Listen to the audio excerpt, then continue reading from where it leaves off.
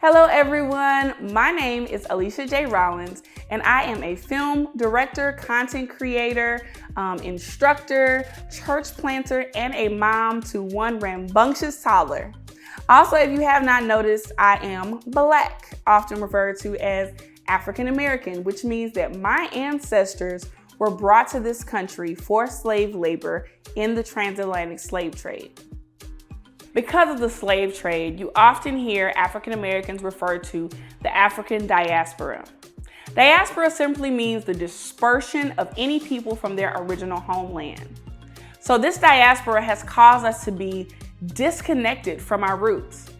We don't know our original language or different types of music from Africa.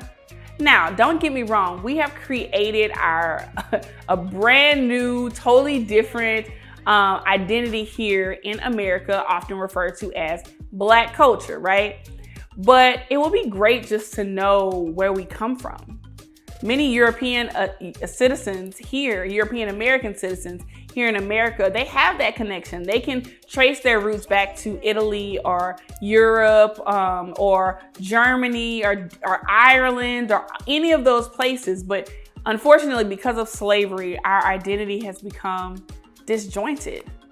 And that's why I created this web series, so that I can explore my ancestry and ultimately, hopefully, somebody out there in YouTube land, it can be helpful to you as well. So that's why I started this web series, Journey to Freedom. It's a journey about learning more about my heritage and connect with my African roots. It won't always be about me though. I want to talk to others about their ethnic backgrounds and how it affects their everyday life. I hope you jump on this journey with me and start your own conversation in your own households about ethnicity and about your origins. All right, so let's get started. So the first step to learning more about my ethnic background was to find out a little bit about my ancestry. And the way that I chose to go about that was taking a DNA test. And so my husband purchased ancestry.com kit for my graduation. And I was super excited because I was really interested in finding out more about my ancestry. And so when you get the test, you have to spit in a tube. That's all you have to do. You put it in your mailbox and they email you the results a couple weeks later. And what I really love about Ancestry's test is that they let you know where they are in the process every step of the way. So when you send it off, they let you know when they've received it, they let you know when they're testing it, and they let you know when you have your results, and they shoot it to you in an email. So let's talk about my results. All right, so like I said, I used Ancestry, and I'm going to read my results. So my results were as follows. I was 29% Nigerian, which I was really excited and really happy about that because as you'll see in some subsequent episodes, it just seems like the coolest people are from Nigeria.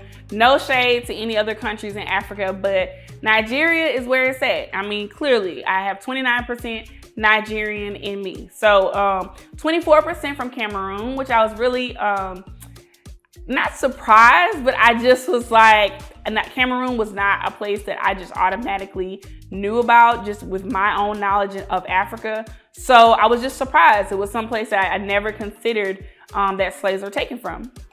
18% Mali, and then I had 8% Benin Togo, 6% Senegalese, 5% Ivory Coast and Ghana, 5% Germanic Europe. I knew I had to have some European in there. I just expect, any person whose ancestry have some type of slave ancestry to also have some European mixed in there. You know why. 2% Norway, 1% France, 1% Ireland, and 1% Indigenous Americas. Now that was surprising because you never really, in my family, I've never really heard of anyone say that we had any type of Native American, but they probably just didn't know. So let's talk about what was interesting. So what was interesting to me, and I'm gonna show this on the screen, is that you can see where they mention these subcultures, right?